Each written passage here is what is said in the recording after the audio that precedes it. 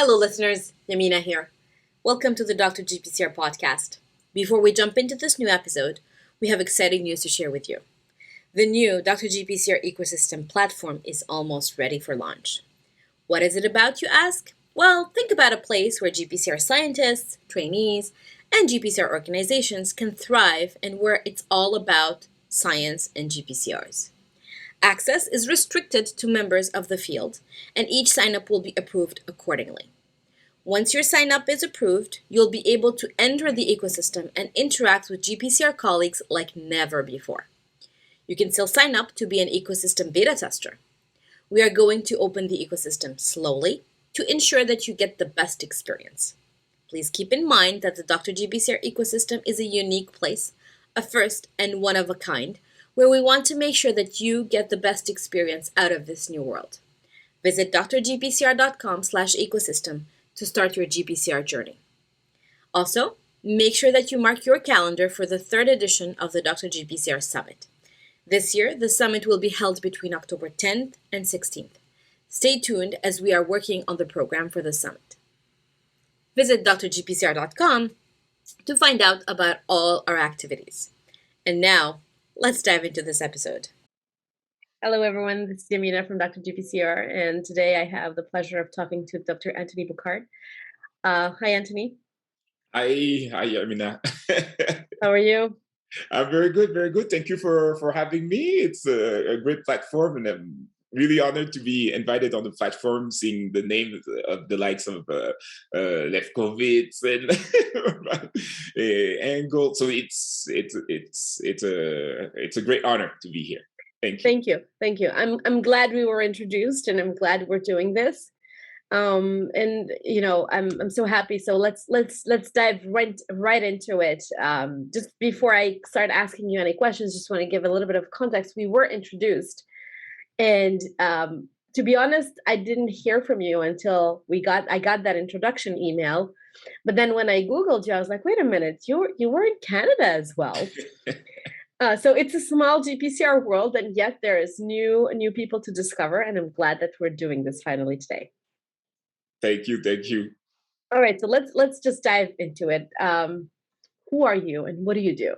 Yes, so I'm Antony Boucard. I'm a scientist from a kind of a broad background. Started with a training in Canada, in University of Sherbrooke.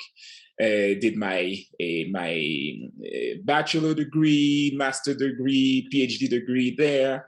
And then I decided to move to the United States for a postdoc, where I ended up in the lab of Dr. Thomas Sudoff, that a lot of people know received the Nobel Prize in 2013. So I basically moved to Dallas, and then we migrated towards California. So my background is basically a biochemist. I started as a biochemist, kind of a hardcore biochemist, and then decided to go in pharmacology, the study of receptors, and that's where I met with GPCRs. That's my first encounter with GPCRs, and then when I migrated to the United States, I focused on another aspect that was also like membrane proteins, but more like adhesion molecules, which we might talk about in a few minutes. And also at the end of my postdoc, I wanted to go back to GPCRs. So then I ended up making some sort of a fusion between those types of molecules. And yeah, so that's my background. So basically now I do a little bit of neuroscience. So I collaborate to do some behavioral neuroscience, and also some cell biology work related to the function of GPCRs. So, and still biochemistry and everything still in the pot still. Of course, biochemistry, you can't get rid of biochemistry or chemistry at all in the field. So, but let's take a step back, and I've started asking this from everyone. Did you always know that you wanted to be a scientist? it's kind of a very funny story because maybe that will, that will speak to a lot of people that are out there and that try to be, that, don't know what to do really. And I kind of grew up in social service a lot. So being involved in a lot of kind of like organizations that help people on a community basis. So I was involved in the army for like almost like 20 years. I was in the army. I was an officer in the army. So I was always involved in helping. So either communities that had disasters or everything, really, like every kind of like aspects of social work. And also I had decided to go work in South America to also help basically be involved in a group of women in Nicaragua that was trying to develop cooperatives, like some sort of like organizations that put people together, but it was basically only for women to be able to provide for their family. So they had like special skills. So they would like gather those skills in that organization and be able to actually generate products that they could sell. But also they would have like an ongoing type of training for people joining the organization. And also the major problem was a health problem for those women, also for their families, was that at home when they would cook, well, there was a problem with finding wood, but also there was not a very efficient way to use that wood.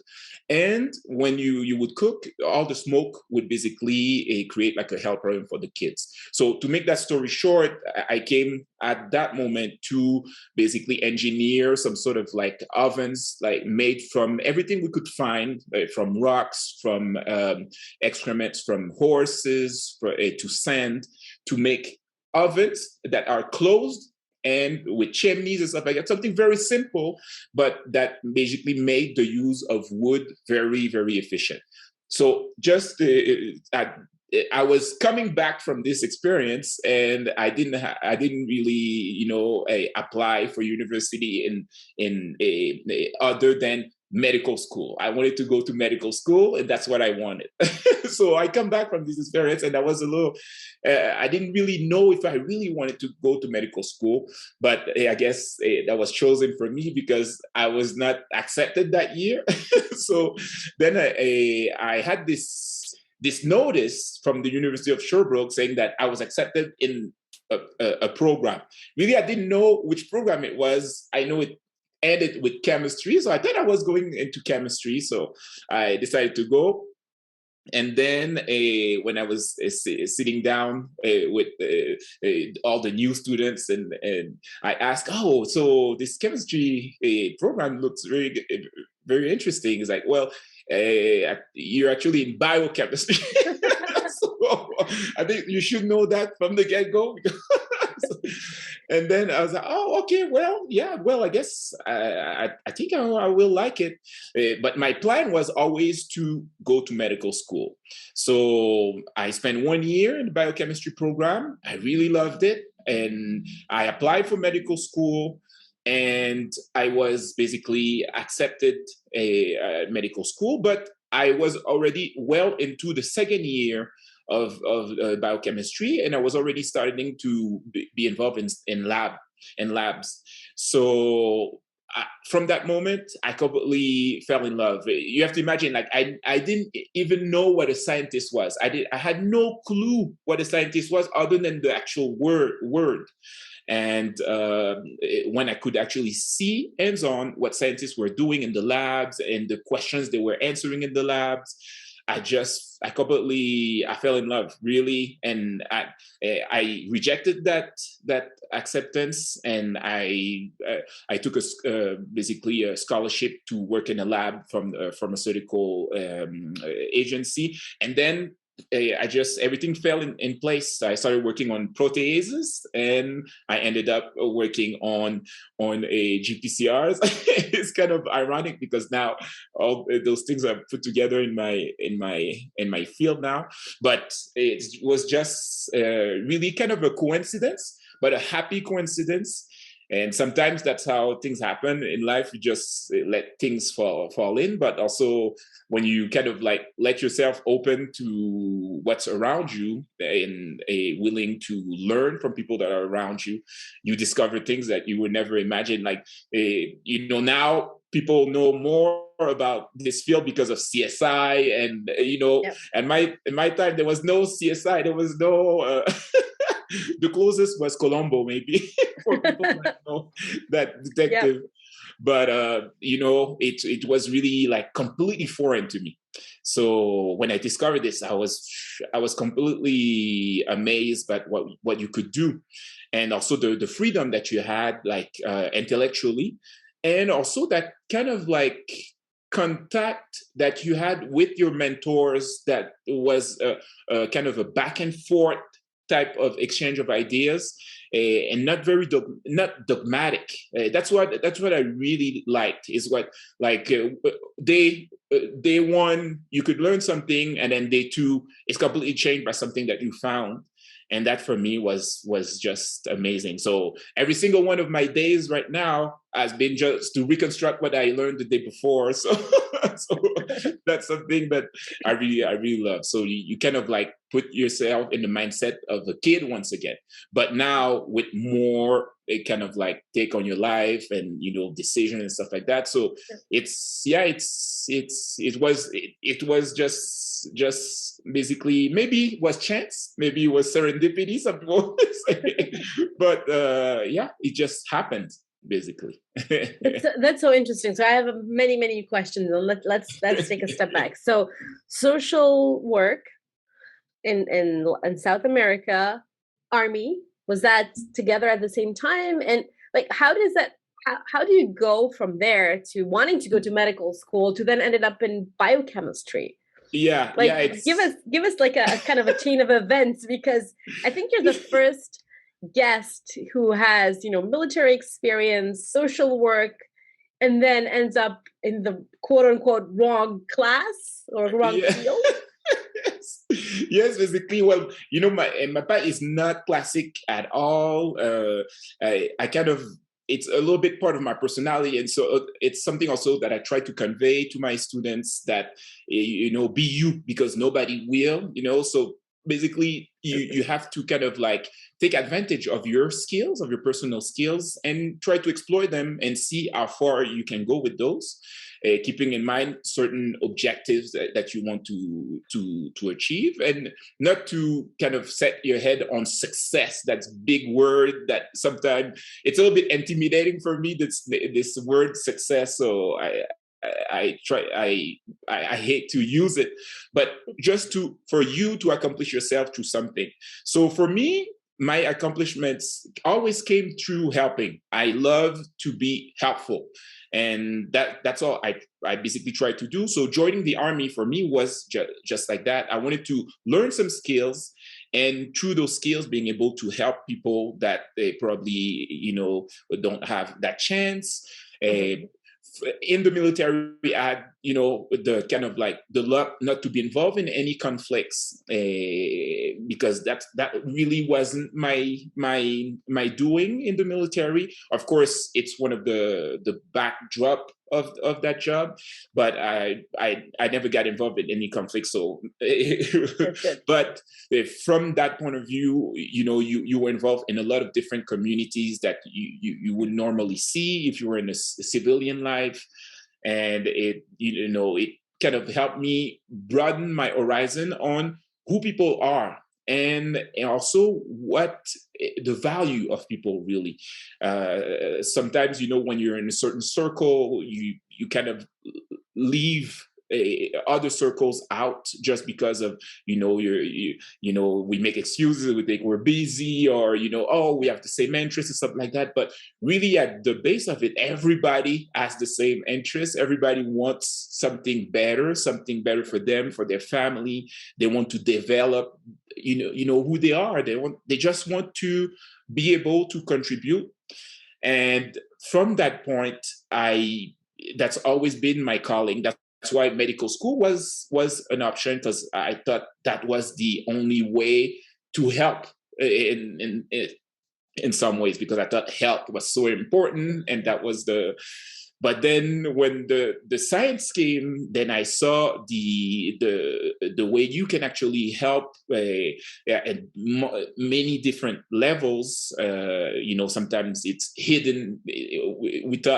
I thought it would be hidden in a lab, but just in parentheses, if anybody tells you that you have to be an introvert to be a scientist, it's completely wrong.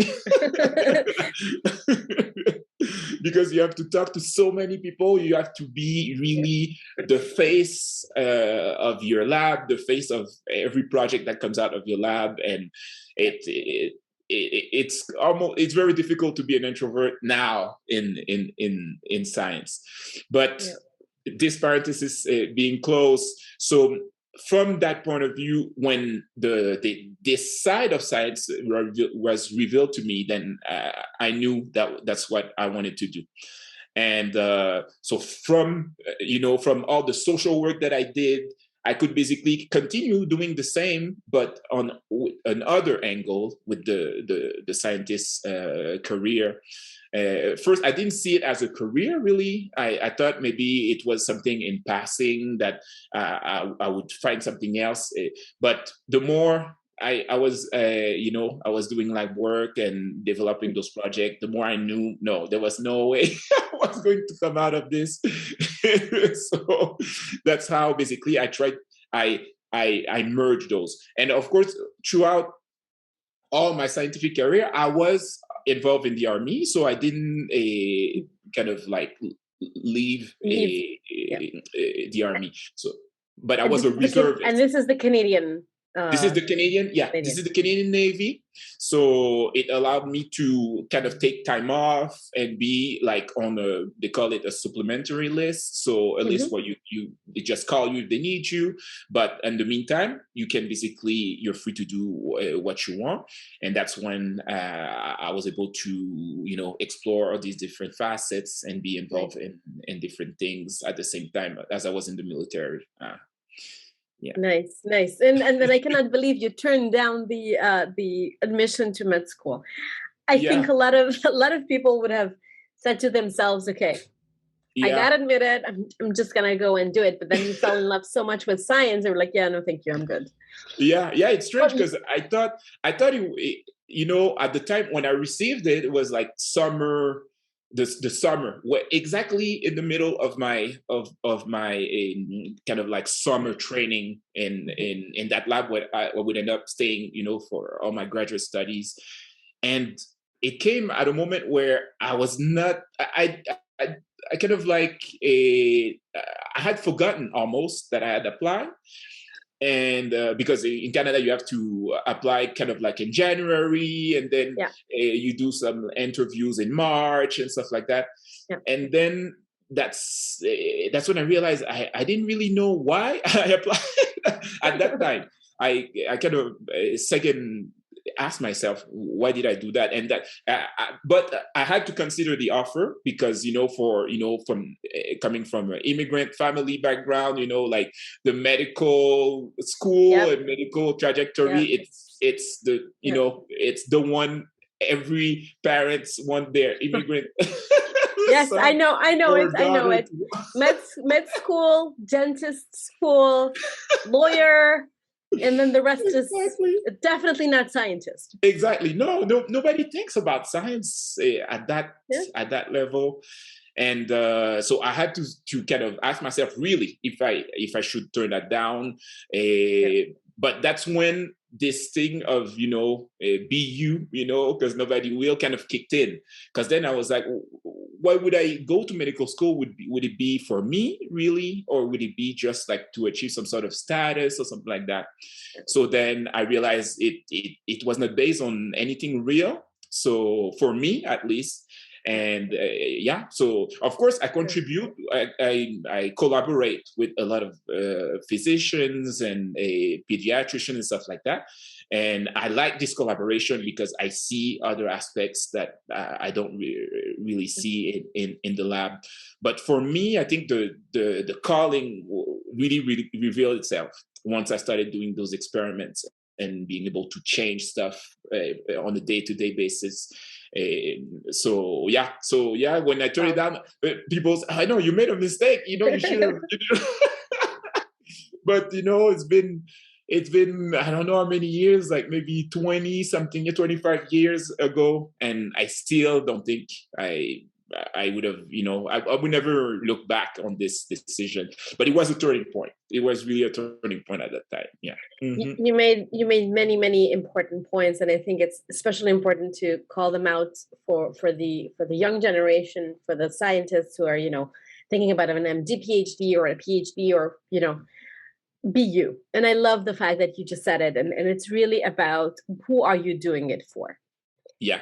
And it sounds to me that you continued and you went into science because you loved it. You ended up in science somehow, yes. But then you realized that you love it. And it's so interesting. So you mentioned that, you thought it was chemistry and it wasn't, it was biochemistry. Was it because, I know when you apply for university in Canada, you have these three choices. Yeah. So my guess was that it was medicine and then biochemistry and then I guess chemistry, your third choice? Exactly. Yes. So it was in that realm, and also you apply for different universities, and so this one, I think my mom had asked me to apply for for this one because I had put all my eggs in the same basket, applying for medical school in Montreal. So for people that are not accustomed to like the geographical setting, Montreal is an island, and every we kind of like the heartbeat of this province called Quebec. So everything happens on that island. A lot of things happen on that island, and I was born there. I lived my whole life on an island basically, and then I was going to the mainland. So basically, this university, Sherbrooke, I didn't know really a lot about.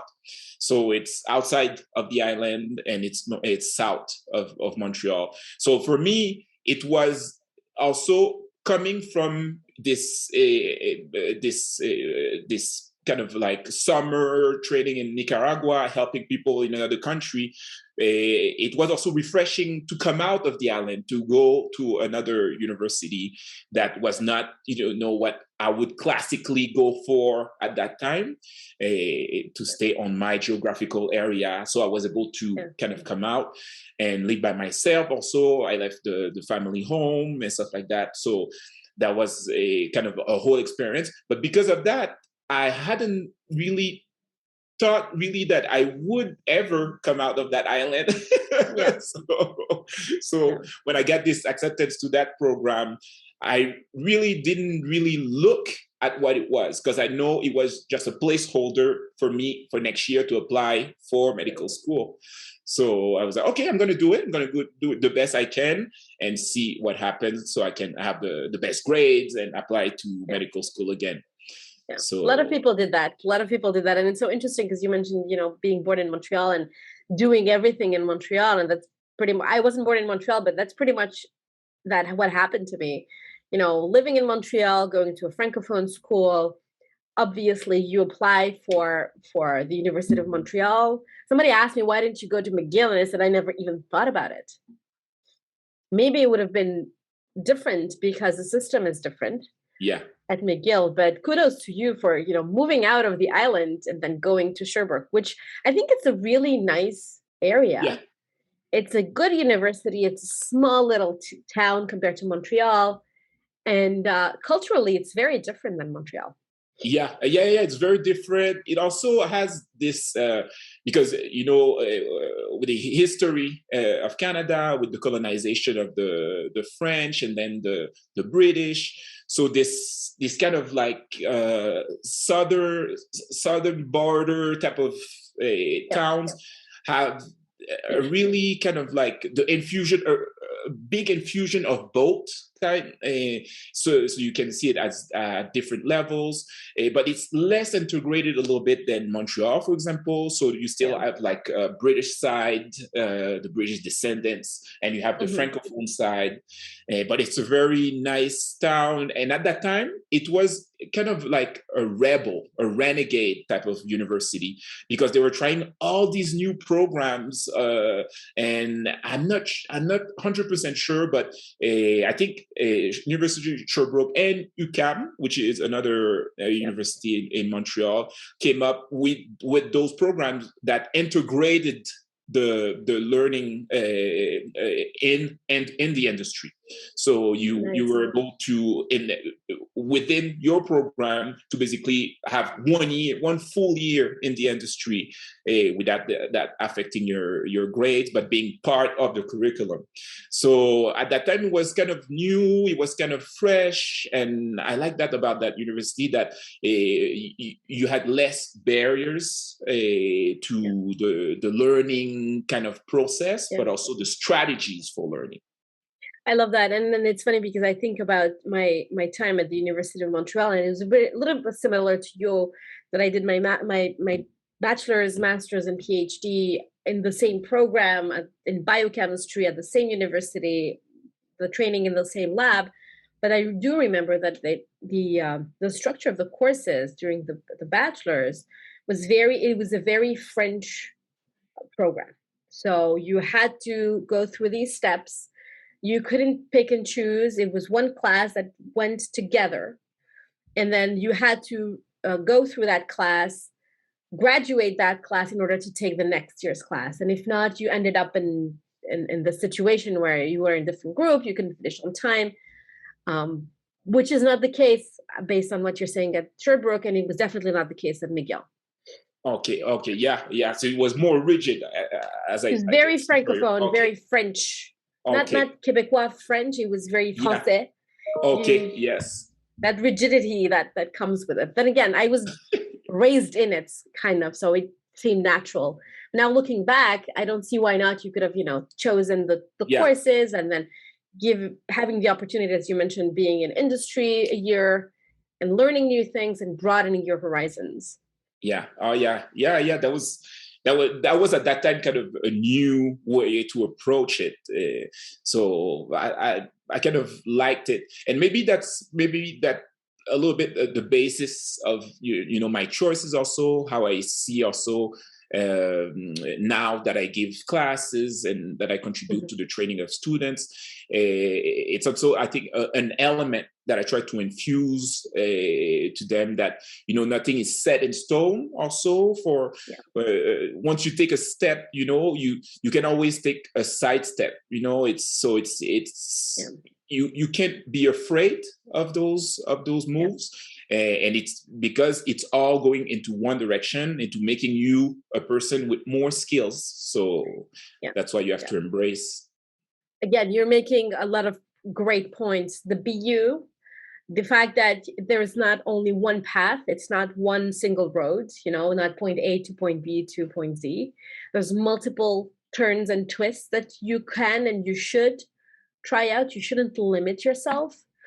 And it's all goes back to like becoming that diverse or versatile person.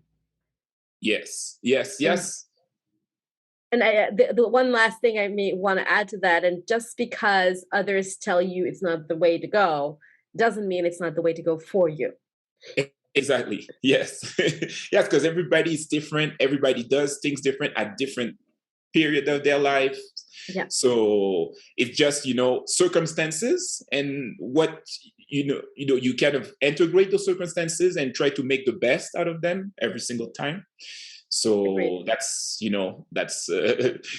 It kind of, now that we're talking about this, but it kind of takes me back a little bit because not many people know that, but I lived a little bit in Haiti because my parents were moving there, and I was caught a little bit in the civil war, the war when the president got kicked out. There were a lot of instabilities and stuff like that.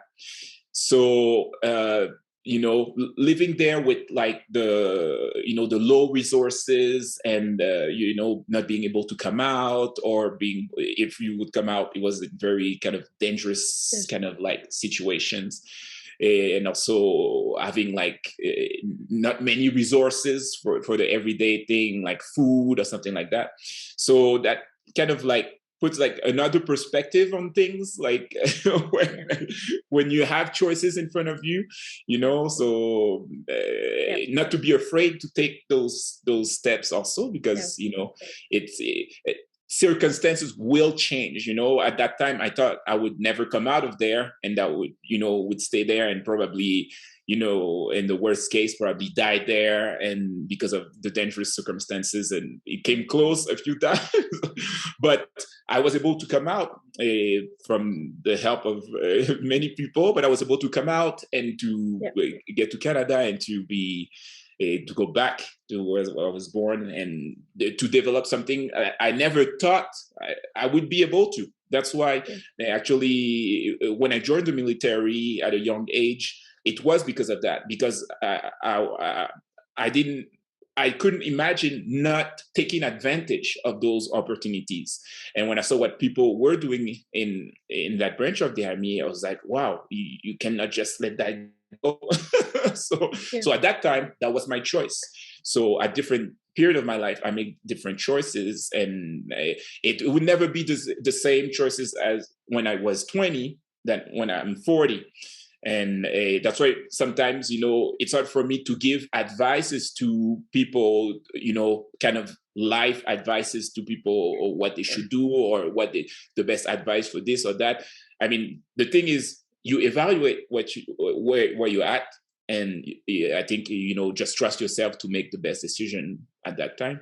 Mm-hmm.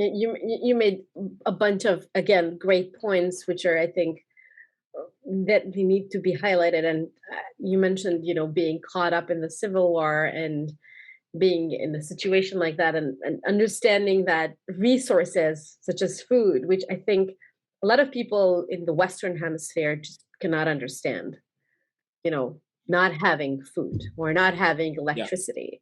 And full disclosure, I grew up in Algeria at a time, we left, but at a time where the terrorism was really at a high level. Happened walking to school, hearing gunshots, not being able to going to school because the whole area was closed off. They were looking for terrorists, or, having just that one pair of shoes that, if something happened to it, you had no shoes to go to school, or, not having enough food on the table. But I think those things need to be spoken about, because they determine who you are as a person, and they also make you value what you have. Exactly. And one last thing, I think they also make you realize what's important. That's true. The core of what's important. Exactly. Yes.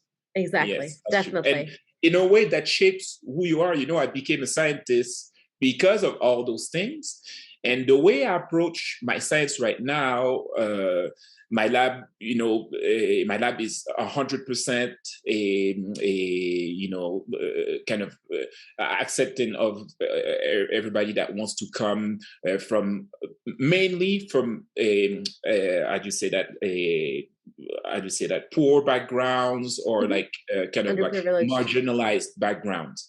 So I try to incorporate my lifelong experience into how I kind of like direct my lab right now. So it shapes you in different forms.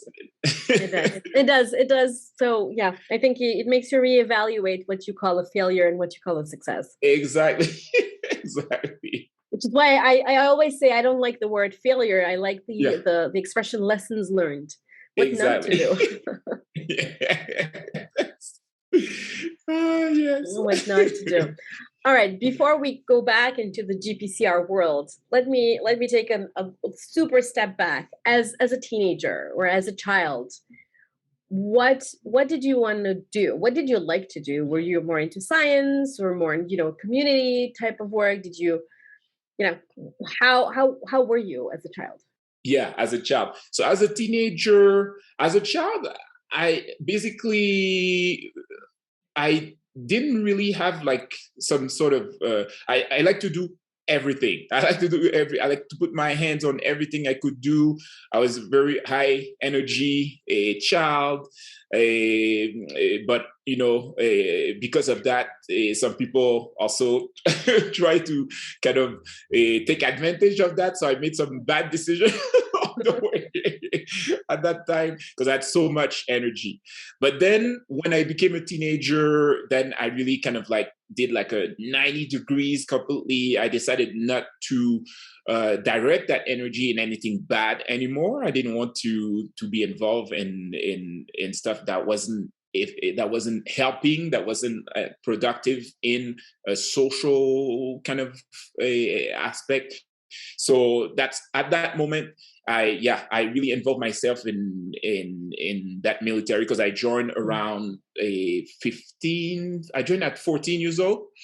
And from that moment, I just tried to basically live the most I could from that experience. So learning how to, ride boats, navigate, and communicate in Morse, and so all these different things that I would have never learned in the civilian kind of like setting. So I think also from that, I also discovered myself, what I could do. And basically, you would be surprised that you can basically do almost everything. as long as you try, you can basically achieve basically everything, and not always on the highest level. That was never my goal, but always to get the gist of it, get the basic of it, and be able to kind of maneuver in those environments, and be able to, when I confronted with a situation, for example, that involve these aspects, well, I would be able to react and make decisions based on my skills. So that's basically what I like. And because of that, I think like the capacity to adapt, that I kind of developed from that experience, helped me kind of like be able to do many things also during my career, also as a scientist. I became a chef at one point also. So I dedicated myself I opened a restaurant in San Francisco, and kind of it's underground restaurant. Back in the days that didn't exist. I think we're only like 3 in the Bay Area. But so because I knew I had those skills, I wanted to just exploit them, and it worked very well. For some people that saw the Netflix series Chef's Table, you can see me on the second season on the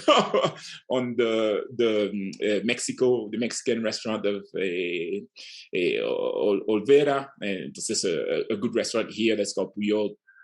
And that's because I always try to kind of like open my how do you say, my realm of possibilities, also of my skills, to just apply them. And that's what really makes me happy, and that's always made me happy from the kids, the teenage years until the adulthood, is to be able to do something productive with whatever I have as a skill. That's always like kind of exciting to me. And explore. That's also what I really like. Like as a kid, I would always explore stuff. Like, if a house was open and there was nobody in it, I would like to go in there and visit. And sometimes construction structures that were up, I would like. I always like to go in there, and so exploration of the world that came later when I started to open my horizon and travel travel and go to other places and kind of insert myself in different cultures and stuff like that. I did a exchange of 6 months in a Jewish school, for example, and that completely also opened my horizon. It was in Montreal. So it's all different experiences that kind of shaped my character as an explorer. I love to explore. I love to explore my skills, but I love to explore what's around me, and also I learn a lot from people. I like to extract a lot of people that are around me, and sometimes even my students are surprised that I kind of like trust them so much, and I really listen to them because on the kind of rigid system that we have here in Mexico, they're taught to only listen and kind of like take in the what they've been taught, and there's not really a lot of back and forth. So when I give them that opportunity, they're really kind of, sometimes they don't know what to do with it with so much freedom, but it's all part of what I became today, what I was as a teenager, as a child. So yeah, it's okay, let me stop you here. Let me stop you here, because I don't think we're going to ever talk about GPCRs. This is so interesting. First of all, I was going to ask you about the chef thing because we talked about it before starting to record, but I have many, many more questions. When do you sleep? Because the way you went through all of this, I mean, it's clear that you're an extrovert. It's clear that you're a high energy person, but having done so many things, is the question is, when do you, like, how do you do it all? Yeah, I tried to kind of be organized. I tried to also I always have my priorities, and when I think it's the right time, then I can, switch to the other priority. But really, like, my life is kind of an open field. I like to, of course, my scientist career is the one that I focus more now. Although I had plans to open a restaurant here, but when the COVID hit, then it was kind of like I had to take a back step for that. But I do sleep. I don't sleep many hours. My schedule is between 5 and 6 hours. But during that time that I'm awake, I try to always advance a little bit a project. So sometimes it doesn't even seem like it, but if you do just a little bit per day, it ends up being like a huge advancement at the end of the week, a huge advancement at the end of the month. So then, when I opened that restaurant, it was basically from kind of a immigration issue that I had in the United States. I could no longer be a postdoc. I could no longer be employed. I was employed at Stanford University. And because of that, I had to find something else and to support my family. So I had to find something to have an income. So suddenly I was without an income day one, day two. So I decided to just use my skills, and I just started reading, 1 week long. I started reading on cooking, how people were doing it and stuff like that. And I knew I didn't have the resources to open like a real restaurant. So I decided to just send, messages to people that wanted to just come to a social dinner at one point in my home. And it was 8 seatings, just 8 people could come, but it would last the whole evening. So that switch to that part basically was because of kind of a bad circumstance, but then I changed it to a good one. Yeah, you make the best out of the situation. Exactly. And little by little, I started getting better, and then with the word of mouth, it kind of the word got out, and just like that, just like doing stuff little by little. Then, by accumulating also knowledge and learning, you just end up making great stuff. Agreed. And it's funny because, you make a bunch of great points. And I'm really hoping that, people who are going to be listening to this episode walk away smiling and going to sign up for Netflix and look at the second season of Chef's Table. It's funny because I did watch all of the series, and now that you mentioned it, I was like, oh my God, I have to go back and find you. Yes. It's a very small part because they called me, they knew I was here, and the chef called me, he said, are you still doing your kind of like rebel restaurant? I was like, no, I'm here now just for work. I have a position here. And I said, okay, do you want to participate to this? So, but it was, again, because of this kind of like openness to different things, yes. I decided to participate to the shooting.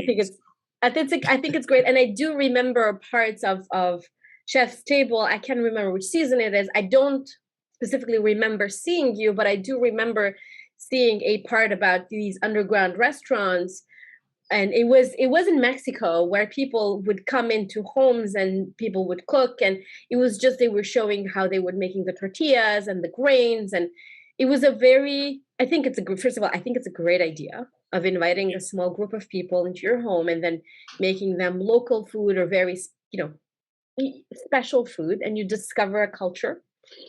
Yes. But honestly, kudos to you. But the point I wanted to make is the thing that you mentioned, that you do sleep, you are very organized, and then doing things little by little. And for a long time, and I can speak of experience, for a long time, I didn't realize that doing every day, putting in a little bit of time. And when I say a little bit of time, it can be 15 minutes every day to build something. At the end of the week, it's going to accumulate. At the end of 6 months, at the end of a year, you're going to see how much that 15 minutes every day counted. Yes, it becomes huge. It does. It absolutely does. I've been reading the literature, and I've been trying to get, keep tabs on the GPCR field, although I'm not directly in the lab working on GPCRs. I don't work in the lab anymore, but the 15 minutes or 30 minutes during my commute every day allows me to learn so many things. And I honestly, I put a timer on, knowing that it's 15 minutes. And in those 15 minutes, I'm not doing anything else. I'm focusing on a topic. On that. Yeah, that works. That works. So it helps you focus. Yeah, exactly. It's a matter of focusing, and it's a matter of just putting in the time. Yes. And not realizing that 15 minutes matters. Yes, totally. There's this author, her name is Laura Vanderkam, and she talks a lot about, time management and how to be good at managing time. She wrote multiple books. I think one of the books was called What Successful Women Do Before Breakfast, What Successful People Do Before Breakfast. And she was mentioning that there's 168 hours in a week, and then she calculated down how many hours you sleep. If you sleep 8 hours, this is the number of hours that remains. And then the question is, what do you do with that time? With the rest, okay. Yeah. Which I thought was a really nice way. And she every couple of months, she does have this challenge where she challenges you to track your time in 15-minute increments for an entire week, in order to figure out where does your time go. I see. I think that could be really, really useful, but I don't think you have a time management issue. So what were you cooking in San Francisco? Oh, that was interesting. That was because my background is Caribbean, so my family is from Haiti, but I never cooked Haitian food in my life. So that was actually, at that moment, that's probably where I reconnected most with my roots, with my family, because then I would call every day. I would call my mom every day. I would call my aunts every day to say, how do you do this? Why do you put that? But the thing is, in San Francisco, there was almost no Caribbean restaurants. There was no Caribbean restaurant, that's for sure. There was no Caribbean supermarket where you could get the produce. Right. So what I would do is shop in Asian markets to make my food. So basically, and I was trained cooking a French, the classic French cooking. So basically, what I was doing is kind of a fusion. I would use French cooking techniques to cook Caribbean food, but with Asian produce. So when people would come, you would come, let's say, and eat taro root, for example, and the Caribbean, they do it a certain way. But then I would use French technique to kind of transform that root and be able to present it to the customers.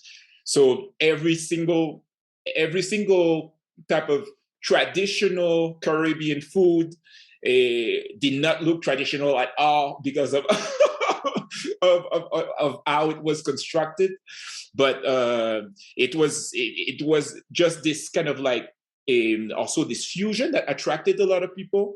People wanted to know what it was and where it was, and also because it was more like an event. So people would get to the place, they would have not food right away.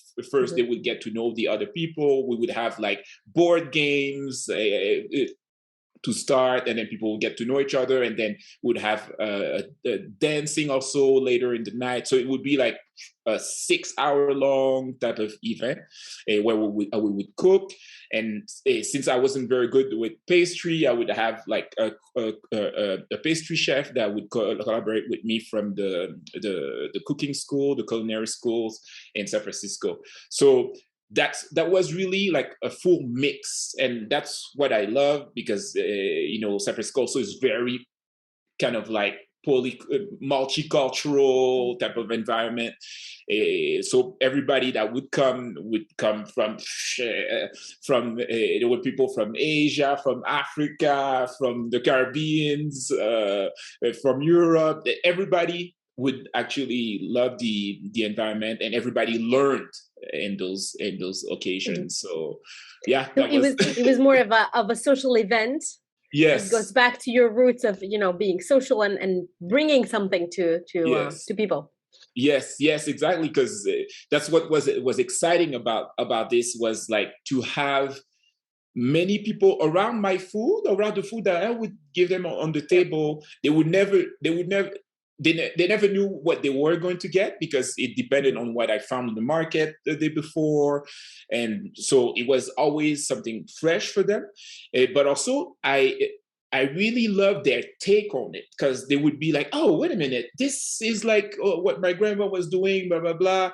And for example, if I would do, for example, congee, for example, people would be like, oh yeah, I remember when I was sick, or when it was cold outside, I remember this meal, and so such and such part in China or in Hong Kong, my grandma used to make this, but why is it relevant for you? And then I would explain them the kind of the relationship.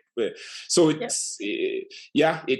was always a joy for me to see the feedback and to see how people kind of reacted, but also how it kind of like brought back all those memories for them.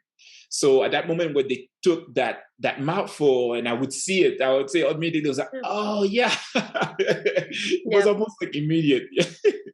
That's so interesting, because every time I think about taste, I think about GPCRs, but then you kind of in just one event, in one dining experience, you use so many skills as scientific skills, but at the same time, GPCR related, and then the culinary skills. Did you go to culinary school? No, so I wasn't formed as a chef at all, like formally. So I was kind of like I learned from a friend of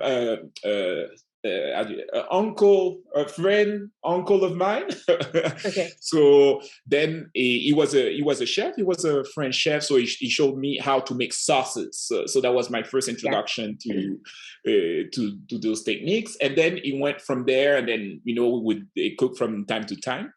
And when I thought I had enough skills, then I would, make it for bigger groups, and I catered, for example, some events like that. And then that's when it happened. I basically kind of like self-proclaimed myself as a chef at that time. because nobody knew me in San Francisco. I was, I didn't work, because also in San Francisco, there's all this kind of postdoc type of way of to work in that industry. So, for example, there's French Laundry, which is a Michelin star restaurant that is well known throughout the world. So a lot of people come from there and then work on other restaurants, stuff like that. So I didn't go through that postdoc, like legacy type exactly. of. Yeah. So I was completely, out of the blue, but because of that, I think people were attracted to the method, and I think if the food is good and you have a good time, it doesn't matter who you trained with, whether it was with Gordon Ramsay or anybody else. Yeah. It's the result that absolutely matters. Have you ever thought about putting together a cookbook? I thought about it. That's a very good question. I thought about it. Because of my reconnection with this my Caribbean roots and all this stuff, and I thought it was getting lost a little bit because of all the political situation. Less focus is put on that because now people are just trying to survive and try to do their everyday tasks. So I thought, I did think about putting together a cookbook that would revisit, but the old recipes and the kind of like, even from before the Haitian Revolution, from like even during the colonial time, the slavery time. So revisit those recipes, but with a fresh kind of look and adapted to, because here living in Mexico, we're very lucky. Basically, it's like the refrigerator of the world, like the pantry of the world. There's everything here. So with this flavor, with the Mexican flavor. So I did think about it. I think you should.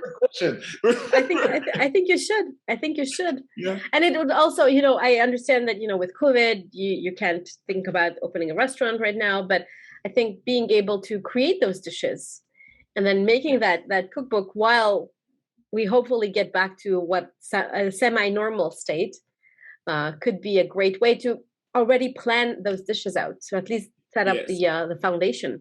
Yes, for when you'll be able to open your restaurant. That's true. Yeah. A bunch of ideas. One of the ideas was actually to have a migrant food, because the thing about migrant food is always something very compact, very also full of flavor, but in like small bites. Yeah. So a lot of cultures have that. So basically the purpose before COVID was to exploit the migrant food from different cultures. Yeah. So to have a restaurant like a food truck or something where I was gonna say exactly you just have a food truck. Take it home. Yes. Yeah. There are, I love the idea of that the food truck idea, because then you just pack it up and then go. And you can still bring in really great flavor, really being very artistic at the same time. It reminds me of the movie Chef, with Jon Favreau. Jon Favreau, yes. And I really love that movie, and I really love the fact that he started at the bottom because of everything that happened without giving it away, and then was just an idea of starting a food truck, and look at where he got. Yeah. And every time I watch that movie, I get hungry because it's just everything looks so amazing. Yeah, they really convey well. So the feeling of it does look amazing. All right, so you were a postdoc, and then you converted. You went from Dr. Boucard to Chef Boucard. Chef, yeah. How did you end up in Mexico?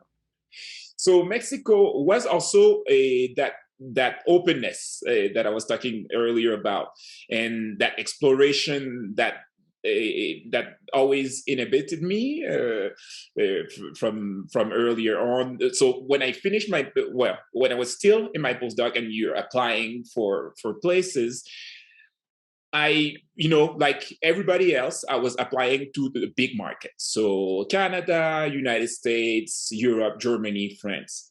So that's in England. So basically that's where, everybody wants to go because, it's the reputation, but to me, there was something missing for me. I didn't know if I really wanted to stay in those markets because I had been in there for a long time, and for more than 10 years working as a postdoc and also as a faculty in Stanford and in Dallas and UT Southwestern. So I kind of knew, I felt like I knew what it was to work in those markets. But I felt like maybe with my experience, there was like maybe 10 other people like me or 20 other people like me that could do the same in those markets. So I felt like maybe I wasn't as helpful that I would like to be. So I kind of decided to explore outside of the United States and those big markets. So I explored in China, but because of the cultural barrier for me, was more difficult to integrate myself there. I considered it, but then I chose other markets. And then when I came to Mexico, because I never went to Mexico before, I came here, I saw that, okay, that was the right mix, the right fit for me, culturally and geographically. It was close also to my family. And I could basically also do good science in that market.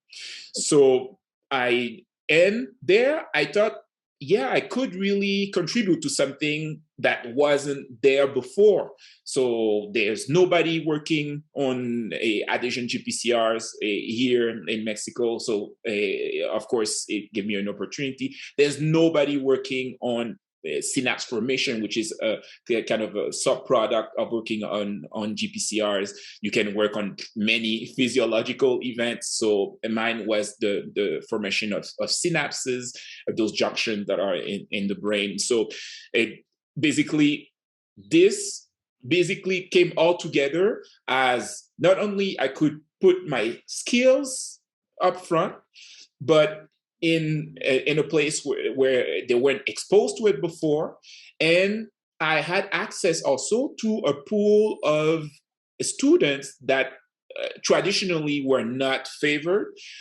So that's why also I chose Mexico City, because it's a lot of people from the Latin America area come there to study, because we have this huge university that's called La UNAM that has like more than 200,000 students. It's huge. It has its own city and kind of its own zip code in Mexico City. So it attracts a lot of people from the Latin America and also from communities that are also isolated or more or less isolated in Mexico itself. Many of you know that we still have like indigenous languages and indigenous groups here in Mexico. So not everybody speaks Spanish. There's like more than 50 other languages. So it brings them to my lab. So I've had opportunity to have people from Chiapas, which is completely in the south of the country, from communities also that are smaller, up to the north of Mexico, which is close to the border with the United States, and seeing all these different kind of life experiences and cultural. So to have access to that for me was really gold for somebody with a background like mine that comes with a social kind of point of view to everything. So it was gold. And that's why basically I decided to come, is all these conditions were completely reunited. Yeah. And I knew I could really benefit myself, but also give a lot to the and I'm not Mother Teresa, I'm not like but I really love to do something helpful, and really for me that's really the word for me. Be helpful, contribute to something bigger than yourself, and be able to not do it all, not be like the jacks of all trades. Choose something where you're good at and that you're not excellent at, that you're not going to be probably not be a big success, but you can be very good. You can be, and those people can help you become better. So that's the path that I chose. And so for a short answer, Mexico was the mix for me and was the right place for me so far. I've been here 8 years now, and I still love it. I still find, everyday things that I can, can improve, and my contribution to my new society now, my new social adoptive society. Yeah. Exactly. But I always I tell people, a little bit of a joke. I try always to move south. I started in Canada and then went to the United States and now Mexico, trying to get closer to the equator. I like the warmth also. Yeah, that's what I was going to say. I think it's a social thing, but it's also the weather is not a bad thing either. Exactly. And the variety in food, so you can also cook. Exactly. Different meals. Exactly. That's so great. That's so great. So let's get back a little bit to the science. And although I think you're a unique guest because you've done all of these things, and there's so many take-home messages from our past couple of minutes that we've been talking. And let's move on to the GPCR part. So you mentioned that you were at in Sherbrooke, you worked on GPCRs, then you were in Thomas Sudhoff's lab, and you worked on adhesion molecules, and then now you're working on adhesion GPCRs. Safe to say that adhesion GPCRs are your favorite GPCRs? Yeah, pretty much. Yeah, because they kind of like integrate everything that I love, because I was always intrigued by how cell communicates, how you can actually pass one external signal to an internal one. Now it's obvious. No, it's all receptors, stuff like that, but we know so little still. We know so little about those. But to me, it kind of like, compounded this cell communication that I like. And adhesion GPCRs in particular, because I started working on classic, family A type of GPCRs, more particularly the angiotensin receptor, the urotensin receptor. So it was like kind of a one gene produce, one kind of like one no splice variants in that family, very kind of like upfront good receptor, solid, and then I ended up studying those cell adhesion molecules, were not GPCRs, just like single pass transmembrane proteins that were full of splice variants and all those things. So very complicated genes. And then I found out that adhesion GPCRs were kind of like taking both aspects together. So this adhesion, so for cell-cell communication, but physically being able to join cells. And on top of that, also be potentially also signaling, through G proteins, and be like those transducers that we know from the classic families. And now we're just starting to kind of like appreciate this aspect of those GPCRs. They're called GPCRs just because they were 7 transmembrane domains, but up until recently, we didn't know if they were really GPCRs, if they were really G protein coupled. So so that was that was my interest, because also for some reason, and again, that's also something that happens a lot in my scientific career, is kind of like chance. Sometimes you just as a parenthesis, my first paper in my master degree was basically based on something that I forgot on the bench, and I decided to analyze it when I came back from a weekend, and it gave me a great result that I was able to replicate, and boom, that was my first paper. So when I was in the lab of Thomas Sudhoff working on those cell adhesion molecules, I decided to just test something to see if there was actually a kind of like how'd you say that, like a relationship between those two families.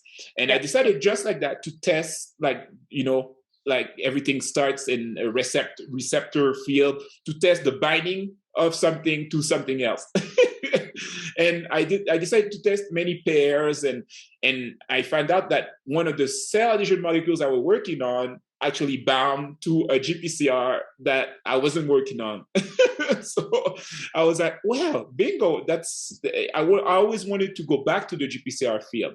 So I tested those also to the advice of one of my coworkers, who said, oh, you should try this, maybe, you never know, maybe it does bind. And it bound, and it formed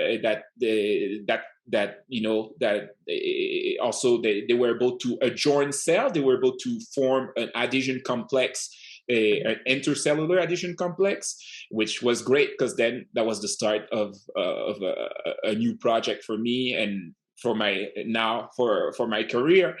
And it was, again, just like being open to something sometimes, because like a lot of people say, there's a lot of reasons not to do an experiment.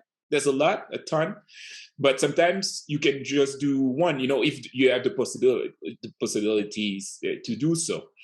And it ended up being that those two proteins that actually we knew from like 10 years before were binding this toxin. There was like a toxin from the spider. It's called latrotoxin, which came from the venom of the black widow. So we knew for a long time that they had receptors in the nervous system, because they would elicit some nervous system phenotypes like paralysis and a huge release of neurotransmitters at the synapses. So we knew they had targets there, and the targets were discovered, but nobody had put those together before. And my colleague was like, well, if they both bind to the toxin, maybe they actually do something together. And that's what we've been on so far. That was an educated guess. Yes, that was a very educated guess, and you had to answer that question. I mean, come on, if both binded and they are expressed in the same cells, then they must be doing something together. Exactly. Exactly. And it was just a matter of trying. And I tried it. It worked. I didn't want to believe it. Thomas Sudhoff also didn't want to believe it, because he worked on this for 15 years before I made that discovery. So that's something. And then, I guess it's still controversial, that aspect, but we try to provide evidences, more and more about the functional aspect of that interaction, so that it becomes less and less esoteric for people, but and for us too. Yeah, I understand the difficulty of working with the didnt GPCRs. I mean, I've seen, Ines Liebscher and Simon Fromel also work on in the field of the didnt GPCRs, and I've read a couple of their papers, and I always find a didnt GPCRs as being these very unique receptors that can do so many things, and especially I think it's very confusing with that long N terminal. That's and the size. I mean, 6,000 amino acids. I mean, come on, that's 10 GPCRs in one. Yes, they're huge molecules, and also not only that, but they also come like in kind of two flavors, type of two subunits at the membrane. So not only they're produced in those big chains, but these chains can be proteolyzed, like an autoproteolysis process that at the membrane, so they are present in kind of like two machinery. So it's a little bit scary when you approach adhesion GPCRs at first, because a lot of them are still orphans. We don't know ligands. We don't have any ligands described for them so far, but I think that's gonna kind of like be resolved in the next 2 or 3 years. More will have ligands. So that's kind of a scary aspect for them. But also there is like dealing with that size, in kind of like heterologous system where you have to overexpress them. And also if you want to study them in their, in their physiological context, then also they have all those splice variants. So that makes it also complex genes to study. But that's part of it. That's part of the challenge of studying adhesion GPCRs. It has this difficulty, but it has also those moments where you're like, wow, okay, now we're starting to understand those machines. And you had, for example, Demet Arach on your show, and many others also in the field that study structures, those adhesion GPCRs at the structural levels. Well, these are studies from those labs are really bringing a lot of knowledge that we didn't have before.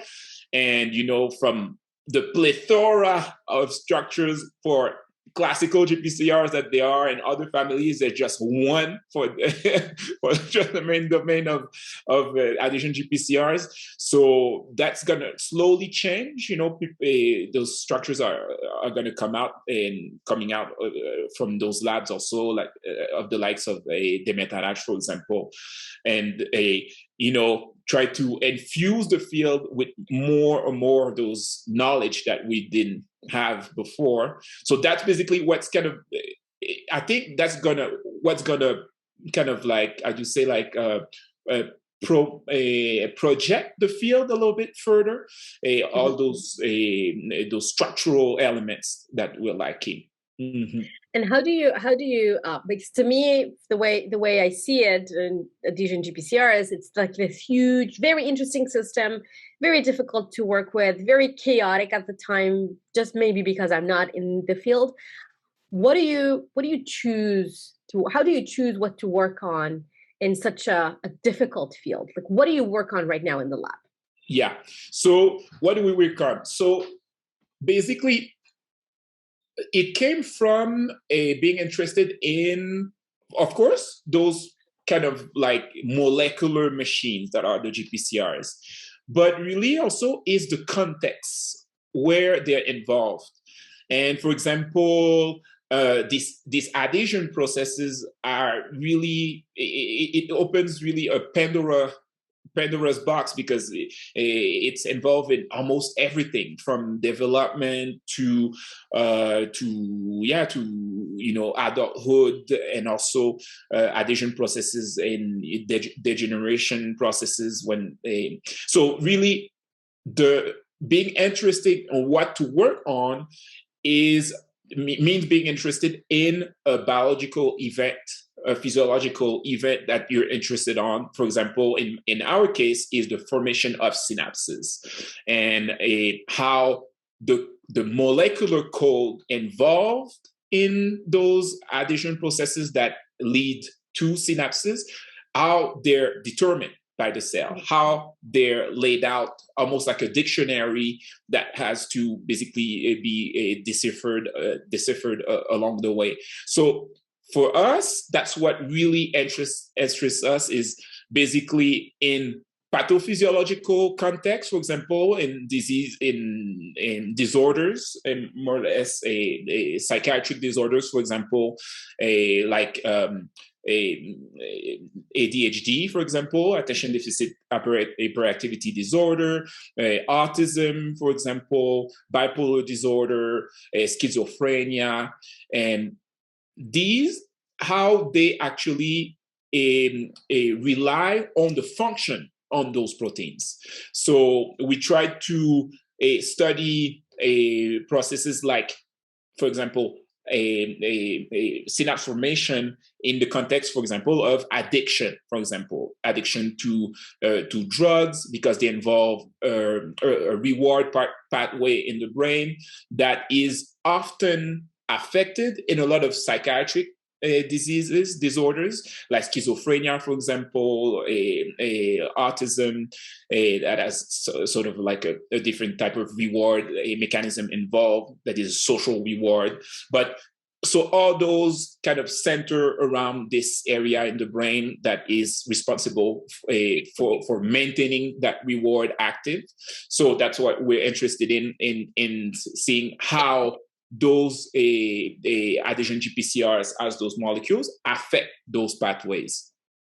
And also because it's adhesion prone, we're interested also in looking at a kind of like tumorogenesis, so cancer events that involve the loss of adhesion versus the recuperation of adhesion, but with different sets of molecules and different dosage also of those molecules at the right place, because also it's all a polarized process.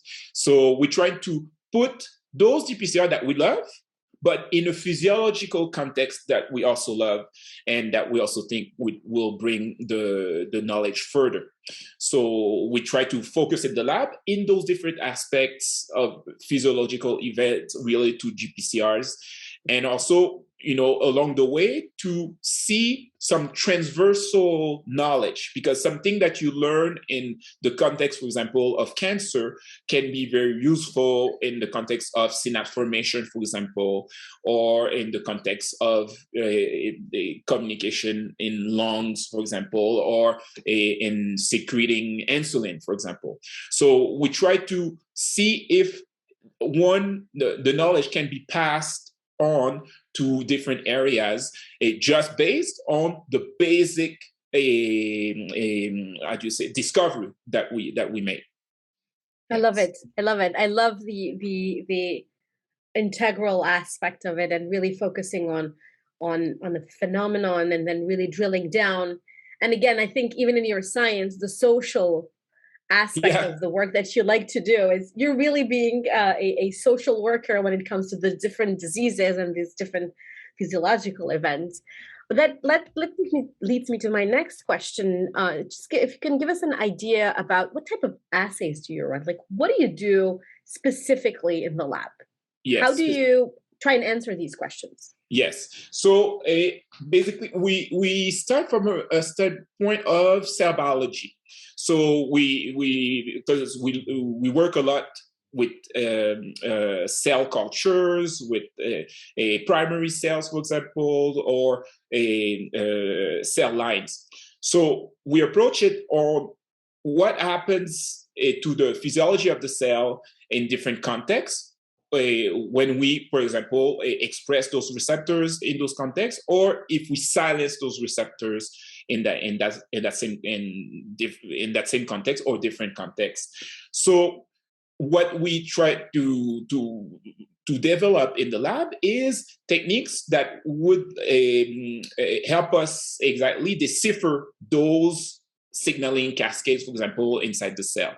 So of course, we rely a lot on nowadays on breath assays. Everybody's doing breath. A lot of breath assays have been done also in our lab. And now with the different tools that exist, we try to decipher also what the signaling cascades also can be for those adhesion GPCRs, involving different aspects also of their I would say molecular behavior. So we use those assays, and we also look at a lot at the cells themselves, how those adhesion GPCRs change the morphology of the cells. So we study a lot the cytoskeleton of the cells.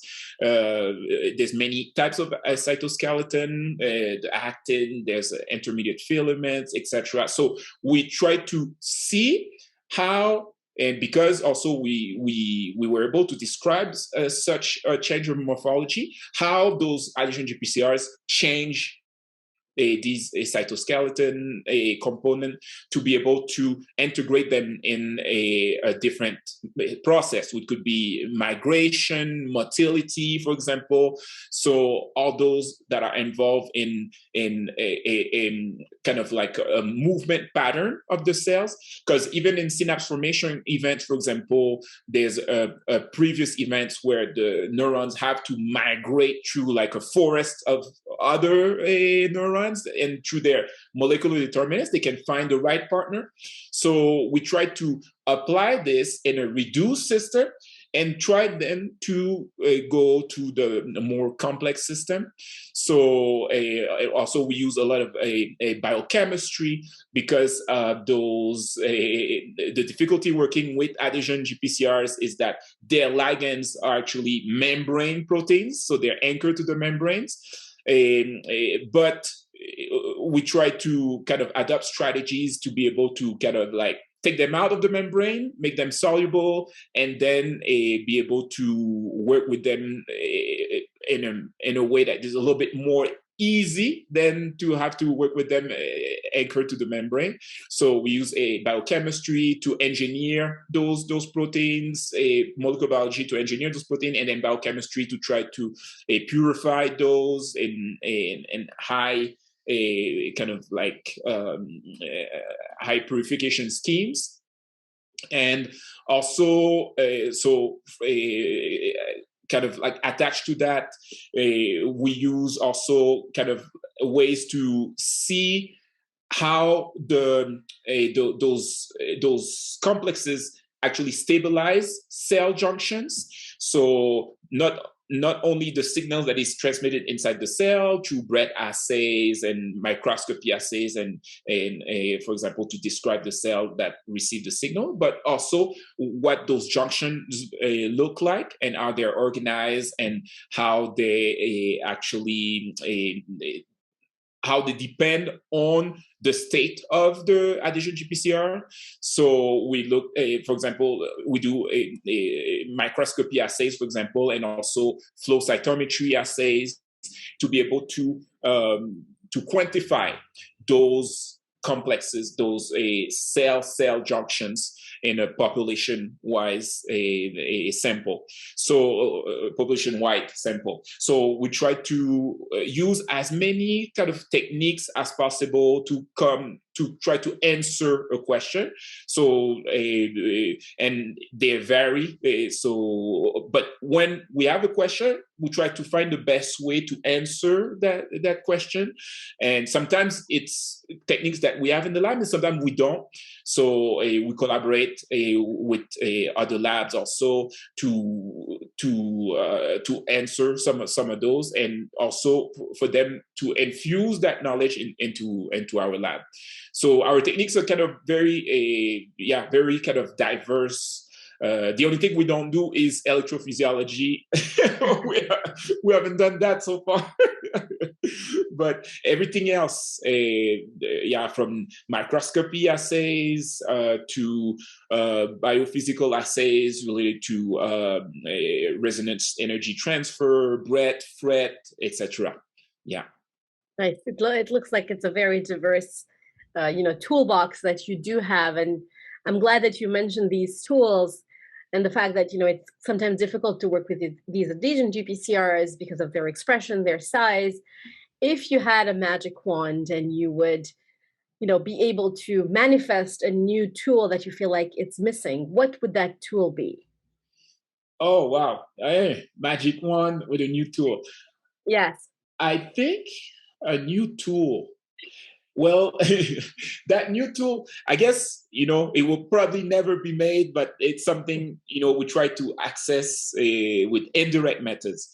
But my new tool really, if I would put myself in, like a really childish mind and, like a fresh mind, that would just be like a small, tiny camera at the surface of the cell and just like be navigating through all those molecules and be able to look at yours, almost like, like a Uber app that can locate your car on the side of the cell surface. You look at your receptor and just look what's around and be able to that I think if I had that magic wand, it's really like in a fairy tale situation, that would be something like that. A tool that would allow you to see in real time, but at a small scale, what's happening on the cell surface. Yeah. I think that would be great. I imagine ourselves, in these like NASA astronaut suit type of things, and then you end up in the cell, and then you can just watch the different events that happen. And obviously, it's in real time, but then you can appreciate each interaction. Exactly, and see like the domains and also the dynamics of it, because that's a little bit our the bottleneck, because even with like structural studies, we still kind of like stuck with it's a picture. When we take when we have a structure from cryo-EM, for example, it's a picture in time of that particular protein at that particular moment, at that particular state. So in that particular membrane type, etc. So we, of course, we cannot do everything. Probably the state of innovation is not there yet. But with that small camera, it's really to kind of like exemplify or illustrate, that this where the bottleneck is, where we could actually see the dynamic of it or something like that. So I love it. I mean, people are paying a lot of money right now to get out of the earth and look down on the earth. And us GPCR people, we're just going to go down into the cells. Exactly. It's a good analogy. I love it. I very, very much love it. And we've talked about this throughout the whole podcast, and it's about advice to junior scientists. And I think our discussion for the past hour plus has been about advice throughout listening to your story. But what other advice would you want to give junior scientists or anyone actually listening to the podcast? Yeah, I think it's basically, I think maybe other people have came up with it, but it's really like, don't be afraid to be afraid, basically like, when you have to imagine, like when you're a kid, you come to school, your first day of school, you're kind of scared, but then you meet people but that meeting other people led you to actually learn about the experience. You see that they have the same interest as you, and basically that becomes less frightening. And then you go to the classroom and they show you that map of the world, and then you discover that there's all these other countries. Then you're scared again. Then you realize, okay, I live there. Okay, this is less scary. This is my country. This is where I live. And then, okay, my neighbor, their parents come from that other country. Okay, so then it becomes less scary. So I think this is just, also this explorator in me that basically it comes out.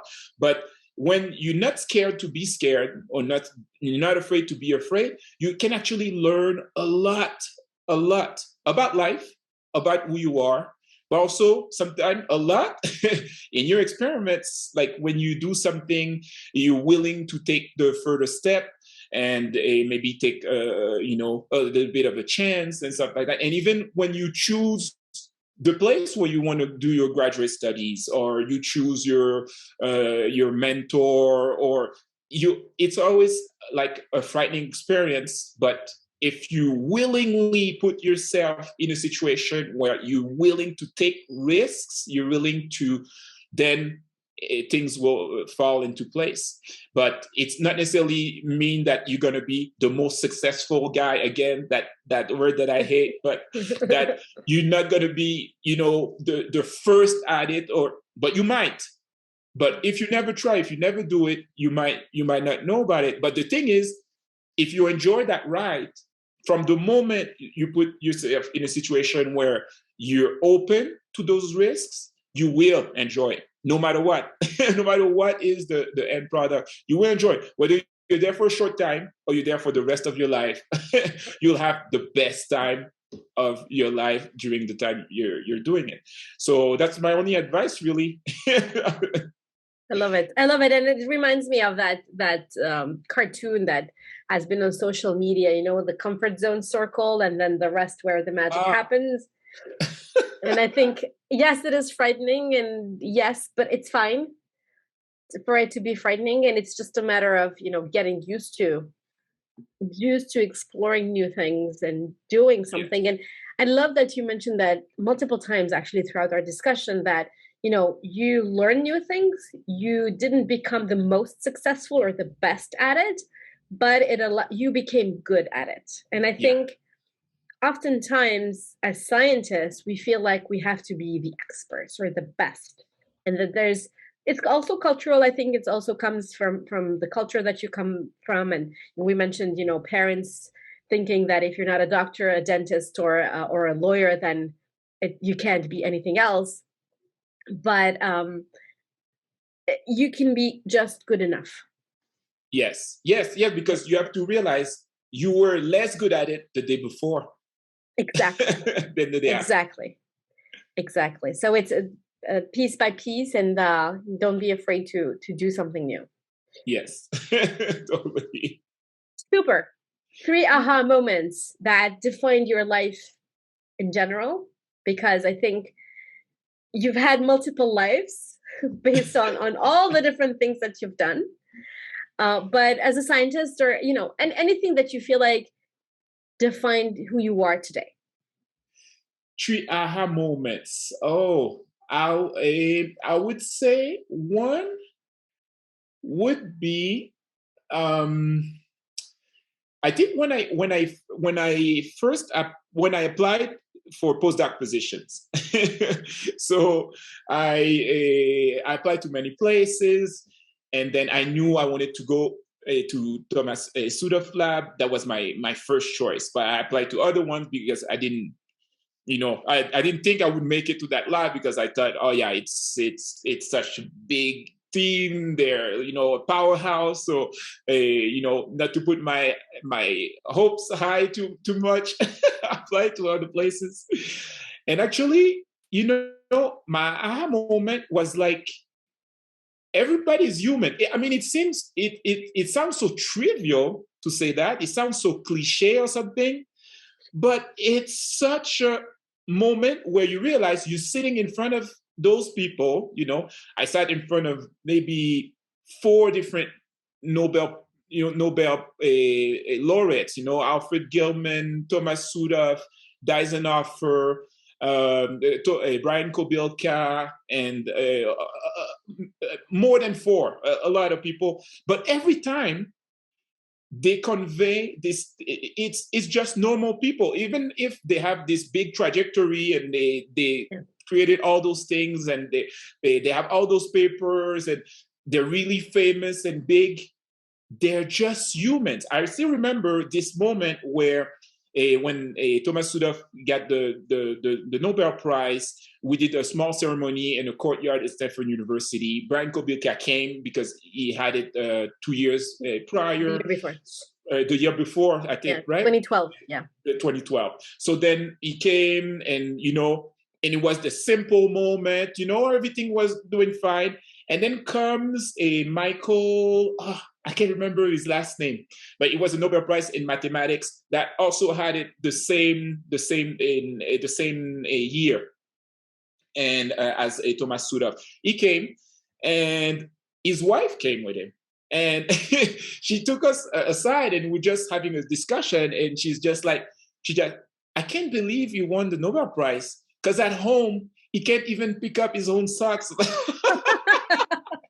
So these moments are like these places where you realize what you do in life is what you do in life. Like you do those great things in science, but you still that father, you still that brother, you still that sister or that daughter or so and so, that they still consider you, as a child, even if you're a grown adult.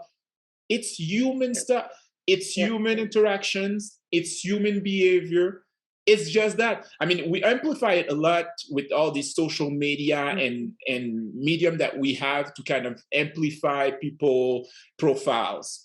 That's normal because that's what we live in now, and we have to convey a message that is strong, impactful, short, and meaningful, as we say. But the thing is, when we finish with those interviews, when we finish with those papers, stuff like that, we still have to go home and sleep and do our regular task. And, like our kids still say, Dad, or they're still mad at us because we don't want them to watch Netflix anymore. Or the thing is, it's as simple as this, as in every day. And to me, I think that was a hard moment because I was considering those guys as like untouchable. Yeah, but they still had to pick up their socks. Yes, I love it. I love it. That reminds me of a story. So I was in Tom Sackmar's lab, and he was a postdoc at MIT in Gaetan Guillemette's lab. And so based on what Tom told us, and anything you can read about Gaetan Guillemette, is that he was the simplest man ever. And one story was about the fact that one day, after he won the Nobel Prize, one day, 2 Secret Service agents came to his office, and they took him to the White House. Oh. And the reason was because since he hadn't won the Nobel Prize, the president wanted to give him a medal. And they called, they emailed, they sent messages and letters, and he would never cared about that. To the point that they sent the secrets, the secret police to take him, and then they brought him back. And another interesting thing was that he never picked up the phone, but there was a separate phone line that number was only known by his wife. And that's the only phone he picked up because he had other things to do. And I love the point that you make that at the end of the day, Nobel Prize or paper or celebrity, you're still human. You still have basic needs. You're still that son, daughter, uncle, whatever, mom, dad to those kids. And I think it's about just doing what you love to do and always trying to do something more. Yes. And the rest is just details. Yes, exactly. Yeah. I love the sock idea, the sock story. It's very simple. And I think that's one of my aha moment. But it's been kind of like followed me because every single step of my career also, I still have this thing where I consider other people like, oh yeah, they're untouchable, something like that. But then I have to remind me actively that no, this is not the case. This is just this is life. Yeah. And I think it also reflects very well this misconception, but I don't know if it's a misconception or if it's as you mentioned, social media, is that a lot of very good students who may be very good at what they were doing or they're destined to do something great are too afraid to email the Nobel laureate to get an interview or get a call or share their ideas. And this example that you just mentioned, like I think people should think about the not picking up their sock but having a Nobel Prize as to I'm just going to email that person. Whatever happens after that is out of your control, but you took that step. Exactly. Yes, because if you don't do it, you will never initiate that thing that could be like something huge in your life. And like for me, that postdoc completely changed my life, completely. And it was a small decision that I decided to take, coming from the small, place in Canada and then applying to this big lab. And it was as simple as just establishing a communication and following up on this communication. And the thing is, if people don't want you, they will tell you. They will say, yeah, no, I don't have space, or try to apply next year or something, but they will say something. And sometimes you will have no response. Sometimes it happens because sometimes they're so busy. But do it, and then you will see the result. You never know. You'll never see the result. Yeah. You never know. Definitely. Agreed. I love that. I love that. Any other aha moments? An aha moment, of course, I think it relates also to those experiments when I published that first paper, that was like, oh, wait a second. I wasn't, because I was so kind of like limited by the protocols. And of course, I was just starting. And I thought, okay, you could only do it that way and no other way. If not, it wouldn't work. And it was like an enzymatic reaction. So, but it's simple. Enzymatic reaction depends on the substrate for sure, the rate of conversion, but it's also time and temperature, So I guess, I didn't think about it, but I could just leave it more time. Yeah. And that's what I did when I forgot it on my bench, because I was going for the weekend, and maybe if my my former advisor listened to this, he will be like, oh, that's what. But it was a weekend. I had army training, and then so I forgot it on my bench. But then when I came back, I could have just put it in the trash and said, no, let me just run that sample and see what it gives. And that was, I think, that was something big, because then we actually solved something that we couldn't for months. Wow. Just at that moment. Yeah, then, I think I've heard of stories of people getting their master thesis out of the trash because they were like, yeah, wait a minute, let me recheck something. And they had already thrown down the samples, and then they got them back, and there you go, they got their response and were able to reproduce the data. Yeah, exactly. Yeah, that's the thing. If you're able to reproduce, if it's not, then if it's not, it's not. But at least you were able to reproduce it, which is, I think, really important to keep an open mind. Yes. That's fantastic. Last but not least, and I ask this from everyone again, and I think you're located in geographically, and as you mentioned, it's a big university, and it's a really nice place to be. If you have job openings in your lab, where can people find you? I'm thinking of all these postdocs back up in Canada, freezing right now, thinking, I think I could go down to Mexico, do some bread, and and be in a warm climate. Yeah, because now, we have the same capacities as any labs in the world to do bread and stuff like that.